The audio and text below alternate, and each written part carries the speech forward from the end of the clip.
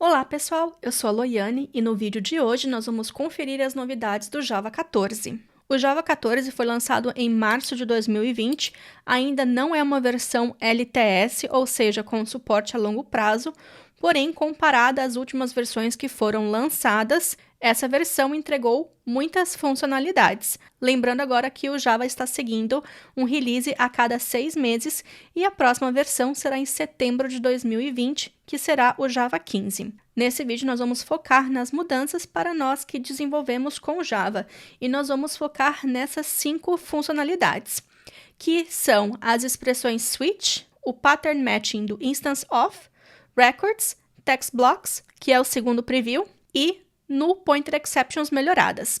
Para quem desejar, também tem um post lá no blog com todos os detalhes dessa versão, focando também no mesmo conteúdo que nós estaremos abordando nesse vídeo, e o link estará na descrição. Antes da gente começar, é importante que você tenha o JDK 14 instalado na sua máquina. Você pode fazer o download tanto do OpenJDK, quanto também na página da Oracle. Aqui na página da Oracle, a última versão, que é a versão 14, clique em JDK Download, vai levar para essa página, escolha a versão mais apropriada para o seu sistema operacional, clique no link, não esqueça de aceitar os termos de aceite e depois é só fazer o download e seguir o passo a passo.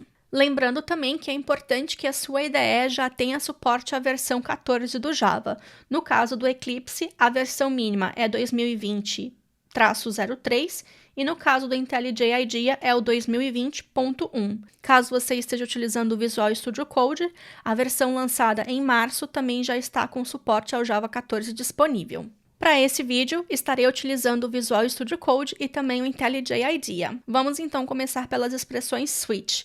Eu falei sobre as expressões switch no vídeo do Java 12 e também do Java 13, então aqui no Java 14 nós vamos fazer apenas uma recapitulação. Vou começar então criando um enum com os dias da semana, e aqui eu vou colocar aquele método que nós utilizamos para um switch tradicional. Então aqui eu vou mudar o nome para expressões switch, que foi o método que nós criamos lá no vídeo da versão do Java 13. Esse é um bloco switch tradicional que nós temos disponíveis e provavelmente é um switch que nós temos nos nossos projetos atualmente. Nós vamos refatorar esse método, vendo as mudanças que aconteceram no Java 12 e no Java 13 e agora finalmente como uma feature completa no Java 14. Aqui nós temos uma variável resultado e, dependendo do parâmetro que é passado, nós vamos retornar um dia útil, um final de semana ou um dia inválido. Então, uma das coisas que mudaram do Java 12 e do Java 13 é que nós agora temos um retorno da expressão switch. A gente poderia pegar esse resultado, trazer aqui para fazer a atribuição aqui para o resultado, e no lugar de fazer essa atribuição aqui diretamente, a gente pode utilizar a palavra yield. Yield, lembrando do inglês, que é de fornecer, dar. Então, aqui nós não precisamos mais do break. Caso seja necessário, você também pode colocar aqui um corpo colocando chaves e colocar toda a lógica necessária. Como esse é um switch, nós estamos passando um enumerador, o caso default, que é o caso padrão, não é necessário, a gente pode remover. E essa expressão switch, como ela está retornando um valor, a gente precisa colocar agora um ponto e vírgula. Então, ela acaba se tornando, deixa de ser um bloco switch para se tornar uma expressão que pode retornar um valor. E se a gente quiser, nem precisa também dessa variável resultado. A gente pode retornar diretamente o valor dessa expressão.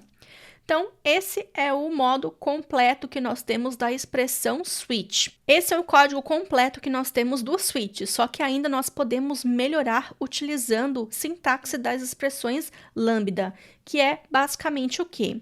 Nós temos vários cases aqui seguidos e o que nós podemos fazer é separar cada um deles com uma vírgula. Então, vou fazer aqui segunda, terça, quarta, quinta e sexta.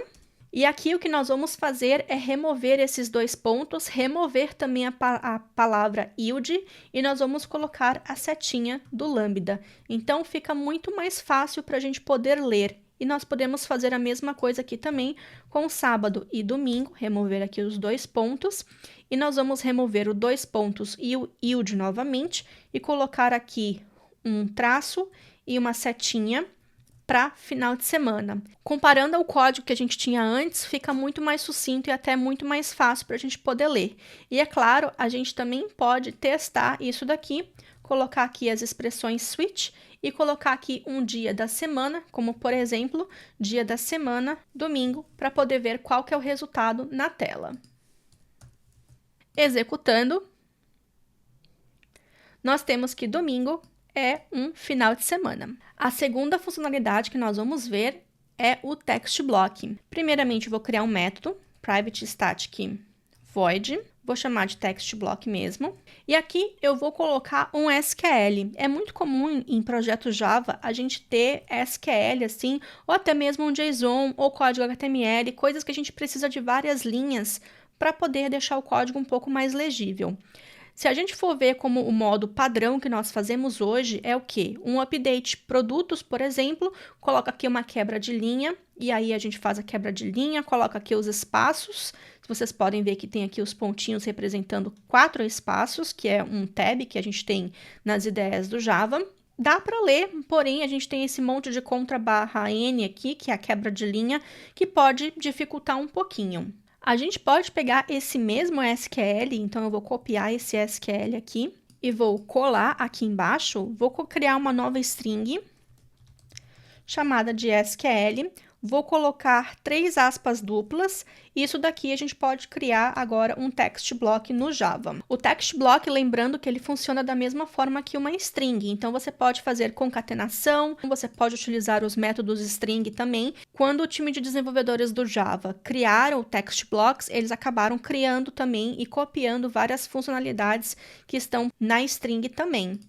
Então, aqui, se a gente quiser, a gente pode agora identar e fica muito mais simples para a gente poder ler sem ter esse monte de quebra de linha e também esse sinal de mais para fazer a concatenação. Se a gente quiser imprimir aqui na tela para poder ver o que está sendo impresso, nós temos aqui um SQL, eu vou aqui chamar também o text block para a gente conseguir ver qual que é a saída no console.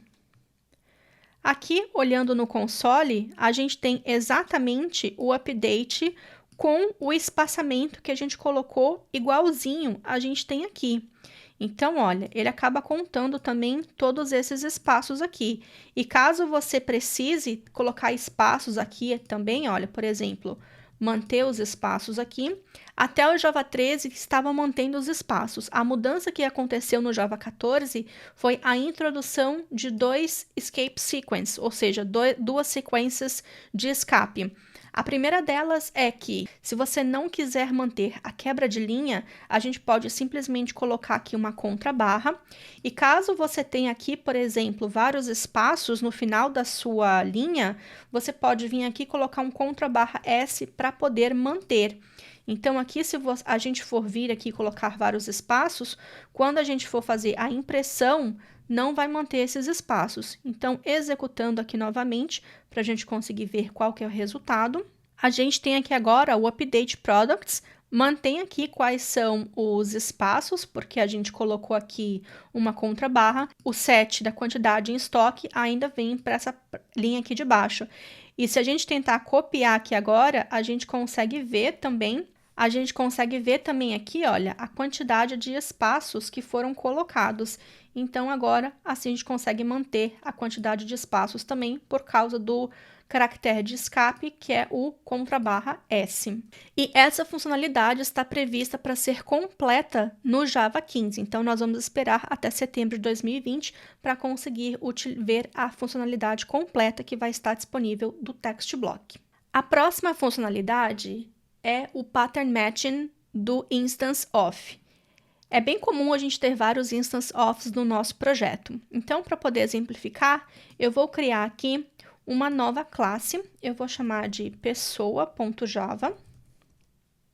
Aqui eu já criei o pessoa.java. Vou criar aqui um private string nome e vou criar também um private int idade. Com esses 2 atributos, o que eu quero fazer é criar um método equals. Para isso, eu vou clicar aqui com o botão direito, vou vir aqui em Source Action e vou pedir para gerar o hashcode e o equals. Vou selecionar as duas propriedades de classe e a gente tem aqui o hashcode e o equals. Eu vou remover o hashcode e vou deixar apenas o equals.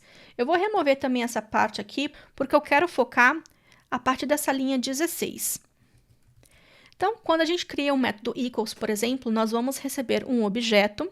A primeira coisa que nós estamos fazendo é tentar fazer o casting do objeto para pessoas. Ou, se você quisesse ser um pouco mais seguro ainda, a gente poderia fazer aqui, se o objeto instance of pessoa, aí sim a gente poderia começar a colocar toda essa lógica que nós temos aqui. Vou botar um return true aqui. E aqui embaixo eu vou colocar um return false. O que foi introduzido no Java 14? Agora nós podemos declarar uma variável aqui dentro desse instance of mesmo. Então aqui, por exemplo, eu vou colocar uma variável pessoa. E o que isso significa? Que nós podemos nos livrar dessa linha aqui. É apenas uma linha que vai ser removida, mas isso já acaba ajudando pra caramba.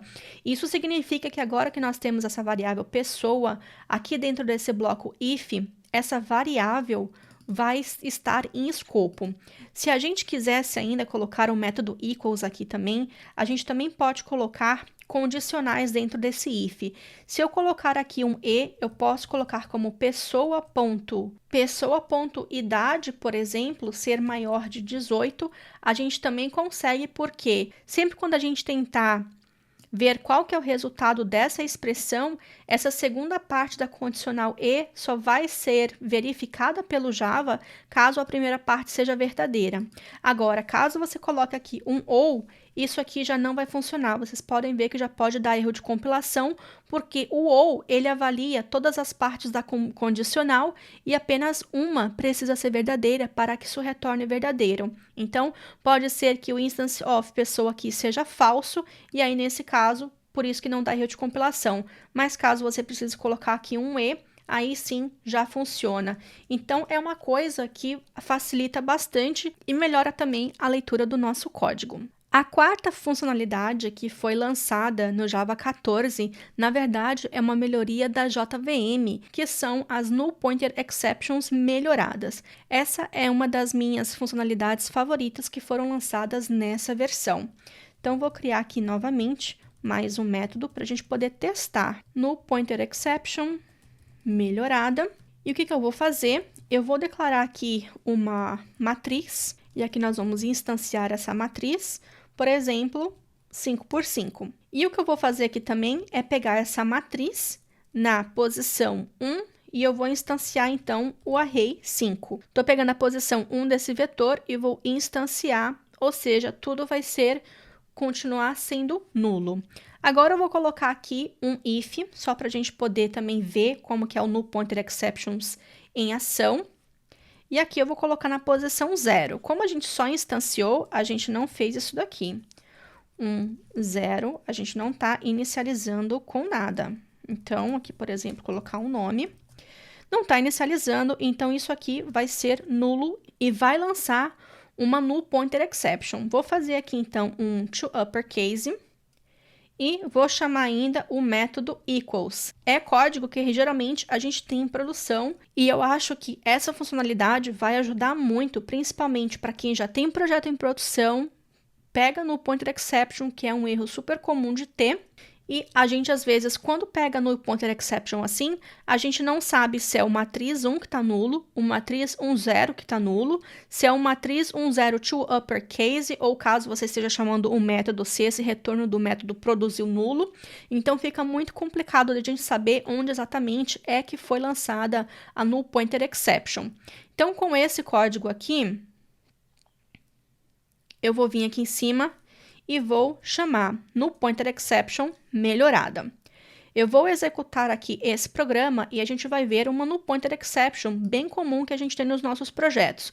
Como, por exemplo, aqui, ó, Exception na thread main, Null Pointer Exception, a gente está falando que está dando um erro na linha 41 e a chamada partiu aqui da linha 10. Olhando aqui na linha 41, a gente vai ver que a gente não sabe de onde é que está vindo essa null pointer exception. Por padrão, a null pointer exception melhorada veio desabilitada no Java 14, e se a gente quiser, a gente precisa habilitar. Eu vou pegar aqui o comando, o Visual Studio Code está rodando aqui, ó, todo esse comando na hora de fazer a compilação. E o que eu vou fazer é copiar esse comando e eu vou adicionar a flag para poder ver a null pointer exception melhorada.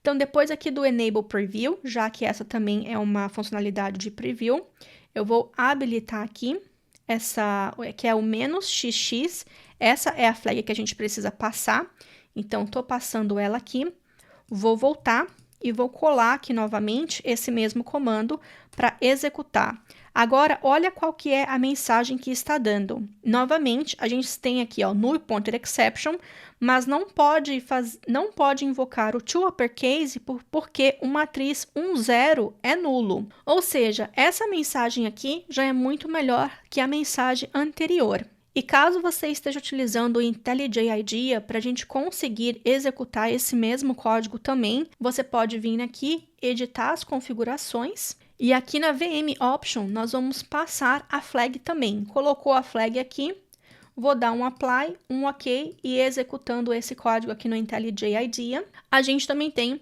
o mesmo resultado.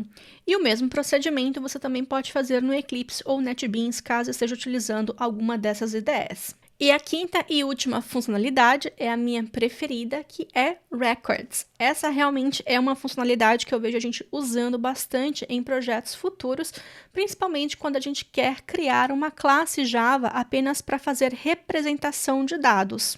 Records é um novo tipo, assim como nós temos classes, interfaces, enumeradores, etc. no Java, agora a gente também tem Records. Records é apenas um atalho para a gente poder criar classes.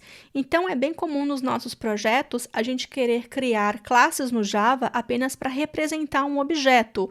E a gente vai declarar ali as nossas propriedades, que é um construtor, método toString, equals e hash, por aí vai. Só que quando a gente vai criar tudo isso, é muita linha de código. Então, por exemplo, aqui nessa classe pessoa que eu vou utilizar, vou pedir aqui para gerar os getters e setters, tanto de nome quanto de idade. Vou pedir para gerar também o método toString e o equals e hashcode que a gente já tinha criado lá. Ou seja, uma classe pessoa com apenas duas propriedades e, tirando aqui o método equals, a gente tem aqui pelo menos 46 linhas de código. Ou seja, é muito código só para duas propriedades. A gente poderia utilizar também o projeto Lombok, colocando aqui as anotações do Lombok. Então, tem gente que gosta de usar, tem gente que não gosta de usar, mas é uma forma também de não ter que gerar todo esse código aqui. Porém, agora no Java 14 nós temos um novo tipo, que são as records. Então, aqui no exemplo, a gente vai criar uma record. Eu vou criar aqui. Lembrando que até agora também a records não é uma palavra reservada. Então, pode ser que no futuro vire uma palavra reservada também, mas por enquanto não é. Eu vou criar, então, aqui uma classe produto. Aqui, como não é, eu vou pedir para criar aqui um record de produto. Vai gerar aqui no pacote, e aqui public record produto. E aqui o que nós vamos fazer é colocar, por exemplo, um string nome, um int quantidade e, por exemplo, o preço em double. Pronto, nós já temos uma record. Essa sintaxe ela é muito parecida com Kotlin, e por padrão nós já temos aqui os métodos getters, a gente tem o toString, hashcode e equals também, apenas com uma linha de código. Se a gente quiser, a gente poderia passar as chaves aqui, e a gente já teria tudo em uma linha de código. Vale lembrar que isso daqui vai ser super útil para DTOs, classes wrappers, ou uma classe temporária que você quer criar apenas para fazer o retorno de um método, ou enfim, em relação a JPA e Hibernate, não vai ser algo aplicável, porque records, que eu já vou mostrar, utiliza bastante a imutabilidade. E no caso de JBA e Hibernate, a gente precisa utilizar principalmente métodos setters. Então, records vão ser bem útil mesmo, como eu falei, em casos de DTOs, wrappers e classes temporárias que a gente queira criar. Vou voltar aqui no exemplo e eu vou fazer aqui, olha, new produto. Aqui que nós vamos fazer, ó, a partir do momento que a gente cria, nós já temos o construtor aqui. Então, a primeira coisa que nós vamos passar aqui, o nome do produto café, a quantidade e o preço, como por exemplo, R$ 2,50. Olhando aqui também, o que nós podemos fazer é o quê? Produto, ponto. Nós temos o nome, lembrando agora que os getters não tem mais o get nome, então geralmente ficaria get nome, fica agora apenas o nome. E nós também temos, por exemplo, o equals hashcode toString. Eu vou executar aqui esse programa novamente, só para poder fazer a compilação aqui no IntelliJ. Vai pegar a exceção aqui que nós temos, eu vou até comentar isso daqui. Só que o que eu quero mostrar é vindo aqui nessa pasta de out do IntelliJ, e eu estou usando o IntelliJ porque lá no Visual Studio Code a gente não consegue ver esse código, então por isso que eu estou utilizando o IntelliJ aqui.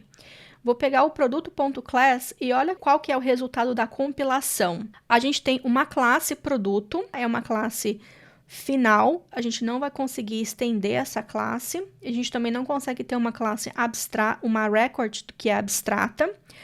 Essa classe produto ela está estendendo o JavaLang Record. Isso significa que nós não podemos estender nenhuma outra classe, tá? Não vai funcionar estender. Tem aqui o nome, quantidade, preço, e o motivo que eu falei da questão da imutabilidade é que aqui tudo é declarado como final. Lembrando que as strings elas são imutáveis. Caso você tenha aqui um objeto, a referência do objeto ela não pode mudar.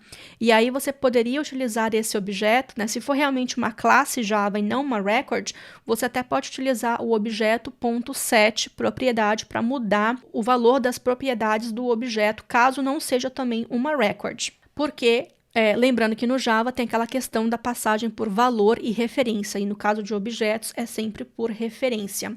A gente tem aqui também um construtor, então nós temos aqui o construtor passando os 3 parâmetros.